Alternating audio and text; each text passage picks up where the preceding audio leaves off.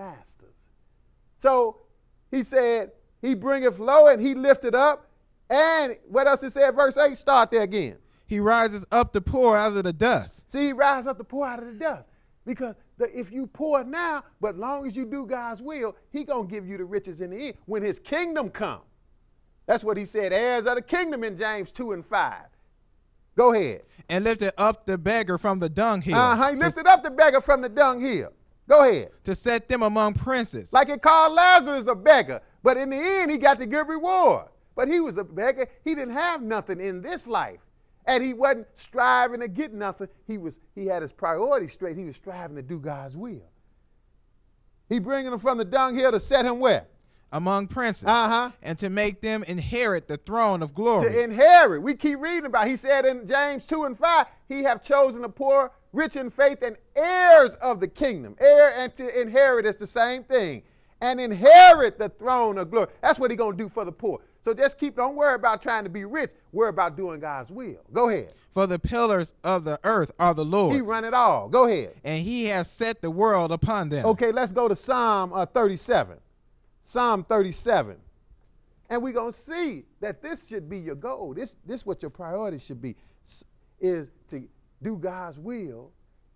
And don't worry about trying to have what you want in this life. God going to take care of you. You focus on doing his will. Psalm 37 and verse 7. Psalm 37 and 7. Go ahead. Rest in the Lord and wait patiently for him. He said, just be patient. Don't be uptight about what you don't have and what you would like to have and that other people got all of this.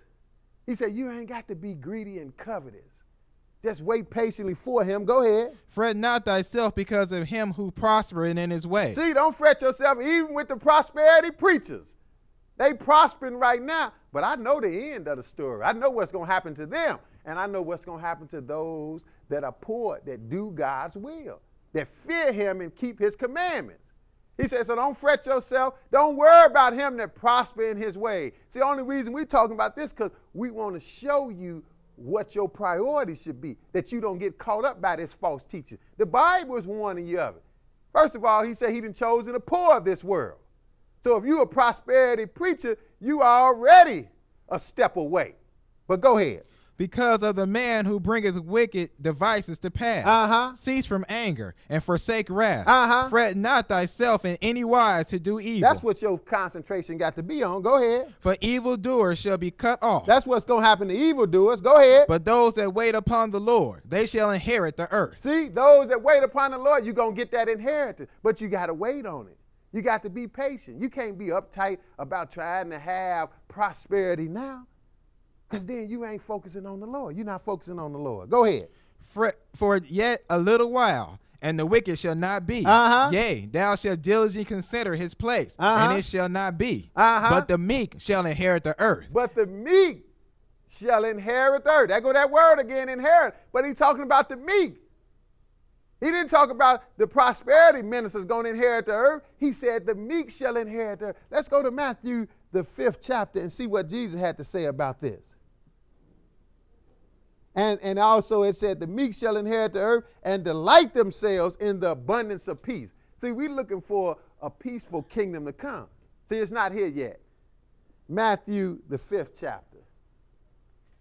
But see, we have a lot of people caught up on the wrong thing. Their priorities are out of line with the God and his word. He's telling you all over the Bible, Matthew 5, and pick it up at verse 3. Okay, go ahead. Blessed are the poor in spirit, for theirs is the kingdom of heaven. See, blessed are the poor in spirit. Now, this is not talking about poor physically, but we already talked about the poor spiritually, how God is planning to bless them as long as they do his will. Now, you can be poor and still be a fool. Don't get me wrong. You can be poor and still end up in a lake of fire because the determining factor is going to be whether or not you do what the Bible is telling you to do. But you might as well do his will. Ain't no need of scuffling now and then end up in a lake of fire. So you might as well do his will. That's what you need to concentrate on. And if you got something, if you rich, you need to put that aside and concentrate on doing his will. But he said, blessed are the poor in spirit. That's the humble in mind. They're not lifted up in pride. They don't think they're supposed to have what they want. Prosperity is their birthright. Blessed are the poor in spirit, for theirs is the kingdom of heaven. We still talking about this heavenly kingdom. This heavenly kingdom that's coming, that you're going to inherit. Not going up, it's coming down. Go ahead. Blessed are they that mourn, for they shall be comforted. See, ain't nothing wrong with if you have to mourn some now, because he said, don't worry, I'm going to comfort you. Blessed are you that mourn. We still ain't got to the thing where he said, if you got prosperity, you are blessed. That's your birthright. We haven't got to that. We haven't got to the part that shows that what your bank account show and all your assets, that proves that you a man or a woman of God. We haven't got to that yet, and you're not going to get to it. Go ahead. Blessed are the meek, for they shall inherit the earth. Same thing we read in Psalm. Jesus is repeating it. Blessed are the meek, so they shall inherit the earth. So that's the goal, to inherit the earth, the throne of glory. Get into God's kingdom. All of this that you're seeking for now, it's going to come to nothing. Flip over to Matthew 6. He even told you to pray for this. Flip over one chapter. Matthew 6, and we're going to pick it up at verse 9. Matthew 6, and we're going to pick it up at verse 9. Go ahead. After this manner, therefore, pray ye. Now, Jesus told you to pray this. And see, nobody's concentrating on doing his will. We concentrating on our will, what we want, which is out of line. And we see God is looking for the poor. He's looking for them to do his will because he's going to bless them in the end. Just like Lazarus. It said a rich man, it was the rich man and Lazarus. The rich man ended up where, brother? In the lake of fire. In the lake of fire. Lazarus, the beggar, who was seeking for some crumbs from the rich man, he the one getting into the kingdom of God. Why don't your preacher read that when he's telling you prosperity is your birthright? That's in Luke 16. You can read on your own. But now, go ahead. He said, after this manner, therefore, pray ye. Go ahead. Our Father which art in heaven, hallowed be thy name. Our Father which art in heaven, hallowed be thy name. And now the next thing we should be asking for, I guess, is give me a lot of money. But let's see what he say we should be praying for. Go ahead. Thy kingdom come. Thy kingdom come. That's what we're looking for. So we can inherit this kingdom. Not going up either. See, the people talking about prosperity, they don't even know what the goal is, that you should be seeking this kingdom that's coming here. That's when you go have the riches, when the meek inherit the earth. The kingdom come, go ahead. Thy will be done in earth as it is in heaven. That's when it's going to be heaven right here on earth. That's what we're seeking for. And if you're seeking for that, you're going to be doing everything you can to please God now, to do his will. Not get rich. Not worried about having prosperity.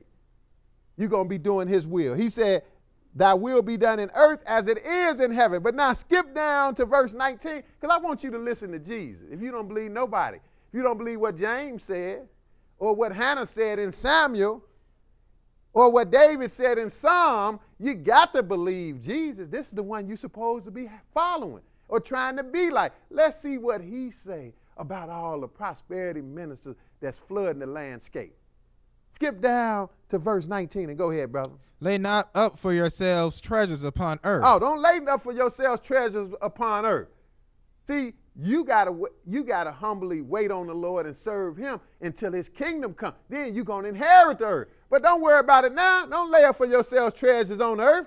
Go ahead. Where moth and rust doth corrupt, and where thieves break through and steal. See, you'll lose it one way or another anyway. Go ahead. But lay up for yourselves treasures in heaven. Seek heavenly things right now. Put your affections on high. Go ahead. Where neither moth nor rust doth corrupt, and where thieves do not break through nor steal. Go ahead. For where your treasure is, there will your heart be also. Go ahead, verse 22. The light of the body is the eye. If therefore thy eye be single, thy whole body shall be full of light. But if thy eye be evil, thy whole body shall be full of darkness. See what he mean, the light of the body is that. He's talking about the mind, brother and sister. You got to have your priorities straight. You can't be twisted seeking the wrong thing. And that's what these preachers are getting you to do. And they leading you straight to the lake of fire because they greedy, and they getting you to follow them.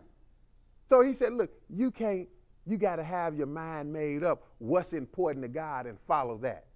Go ahead. He's going to tell you straight up. Verse 24. 24. No man can